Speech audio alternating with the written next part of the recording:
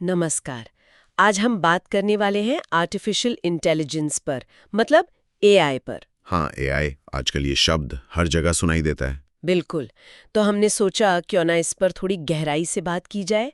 हमारे पास कुछ नोट्स और चीजें हैं, तो कोशिश रहेगी कि समझें कि ये आखिर है क्या भला। सही है। एकदम सीधे शब्दों में अगर कहें तो एआई मतलब मशीनों को इंसानों की तरह सोचने समझने की ताकत देना, है ना? हाँ, मोटे तौर पे यही है।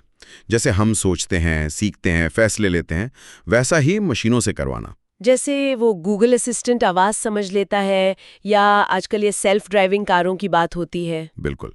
वो ट्रैफिक सिग्नल पहचान लेती हैं। ये सब एआई के उदाहरण हैं। तो चलिए थोड़ा और समझते हैं इसे। हाँ।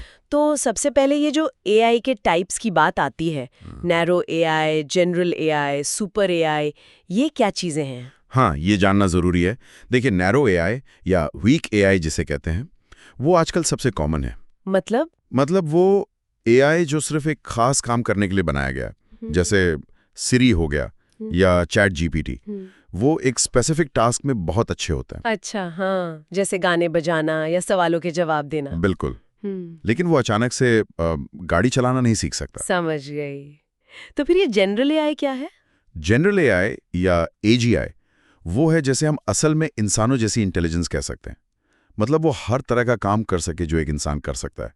सीखना, समझना, प्रॉब्लम सॉल्व करना। ओह, तो ये अभी है या आने वाला है? ये अभी ज़्यादातर रिसर्च स्टेज में ही है।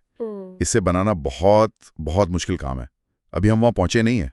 और सुपर एआई, वो तो फिर? सुपर एआई तो एक कदम और आगे है। वो इंसानी दिमाग से भी कहीं ज़्यादा स्मार्ट और काबिल होगा। ये अभी पूरी तरह से काल्पनिक है, साइंस फिक्शन जैसा। अच्छा, तो मतलब अभी हम नैरो एआई के युग में जी रहे हैं। हाँ, बिल्कुल।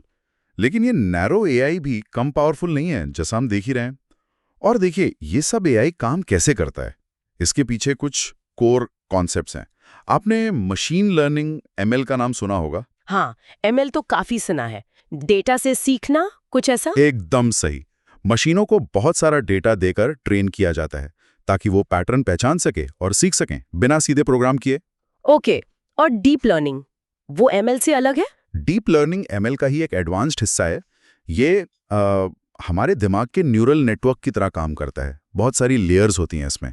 इससे बहुत कॉम्प्लेक्स पैटर्न भी सीखे जा सकते हैं। ओह, जैसे इमेज पहचानना या भाषा समझना। हाँ, बिल्कुल। और वहीं से आती है नेचुरल लैंग्वेज प्रोसेसिंग, यानी एनएलपी। एनएलपी? ये भाषा समझने वाली बात। हाँ, जैसे मशीनें हमारी भाषा, हिंदी, अंग्रेजी, कोई भी भाषा, उसको समझ सकें, प्रोसेस कर सकें और यहाँ तक कि उसमें जवाब भी दे सकें। चैटबॉट्स वगैरह इसी पर चलते हैं। और कंप्यूटर विजन? कंप्यूटर विजन से मशीनें तस्वीरों और वीडियोस को देख पाती हैं। मतलब ऑब्जेक्ट्स पहचानना, चेहरे पहचानना, सीन को समझना। अच्छा, जैसे सेल्फ ड्राइविंग कार के लिए जरूरी होगा? बिल्कुल। और फिर इन सब को मिला दें, खासकर एआई ब्रेन को एक फिजिकल बॉडी में डाल दें, तो वो रोबोटिक्स हो जाता है, इंटेलिजेंट रोबोट्स।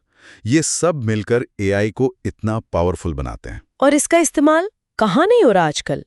हेल्थ केयर में आपने बताया बीमारियों का पता लगाने में मदद। हाँ, डायग्नोसिस में, दवा खोजने में, फिर ट्रांसपोर्ट में सेल्फ ड्राइविंग कारें, मनोरंजन में, जैसे नेटफ्लिक्स हमें मूवी सजेस्ट करता है। हाँ हाँ, वो तो है। और कस्टमर सर्विस में चैटबॉट्स हर जगह। बिल्कुल। फायदे तो साफ दिखते हैं। मशीनें थकती नहीं, 24/7 काम कर सकती हैं। गलतियों की गुंजाइश भी कम होती है शायद। हाँ, रूटीन कामों में मानवीय भूल कम हो जाती है। स्पीड बहुत ज़्यादा होती है। और जो काम इंसानों के लिए खतरनाक हैं, जैसे कहीं गहराई में जाना या कोई केमिकल फैक्ट्री में काम करना, वो मशीनें कर सकती हैं। और ये बड़ी डेटा वाली बात। हाँ, आज के ज़माने में इतना डेटा है, उसे एनालाइज करके बेहतर फैसले लेने में एआई बहुत मदद करता है। ये सब तो बहुत अच्छा लग रहा है, लेकिन क्या कुछ कमियां या चिंताएं भी हैं? मतलब नुकसान भी तो होंगे? हाँ, बिल्कुल हैं, और उन पर बात करना भी ज़रूरी है। सबसे पहली बात तो इसे डेवलप करना और लागू करना महंगा बहुत है। दूसरा, इसे सीखने के लिए बहुत सारा, मतलब बहुत ही ज़्यादा डेटा चाहिए।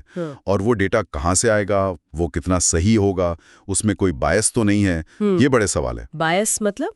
पक्षपात। हाँ, पक्षपात। अगर एआई को ऐसे डेटा पर ट्रेन किया जाए जिसमें पहले से ही कोई भेदभाव छुपा हो, तो एआई भी वही सीख लेगा और वही करने लगेगा। ओह, ये तो खतरनाक हो सकता है। बिल्कुल।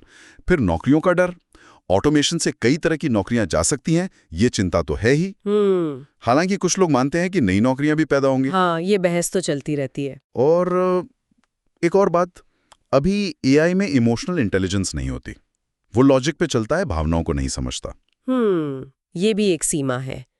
तो मतलब फायदे हैं, लेकिन ये चुनौतियां भी साथ साथ चल रही हैं। बिल्कुल। और भविष्य को देखें तो एआई और भी एडवांस होगा। शायद हमारे पर्सनल असिस्टेंट और स्मार्ट हो जाएं, एआई डॉक्टर हों जो पर्सनलाइज्ड इलाज दें, गाड़ियां पूरी तरह खुद चलें। स्मार्ट शहर। हाँ, एआई से चलने वाले स्मार्ट शहर।